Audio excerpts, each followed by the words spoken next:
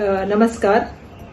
मुंबई महानगरपालिकेच्या माध्यमातून प्रत्येक वर्षी जी आहे ती नालेसफाई केली जाते. यावेळी तर राज्याचे मुख्यमंत्री स्वतः सांगतायत की मी नाल्यामध्ये उतरून त्या ठिकाणी साफसफाई बघितली.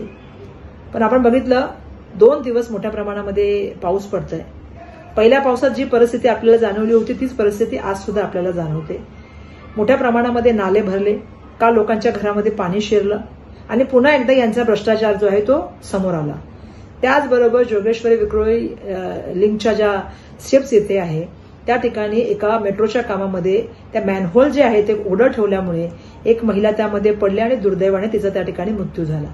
मला या ठिकाणी या गोष्टी यासाठी सांगाव्या लागतात की मुंबईकरांच्या जीवाशी खेळण्याचं काम जे आहे ते राज्य सरकार असेल किंवा मुंबई महानगरपालिका असेल हे सातत्याने करत आहे.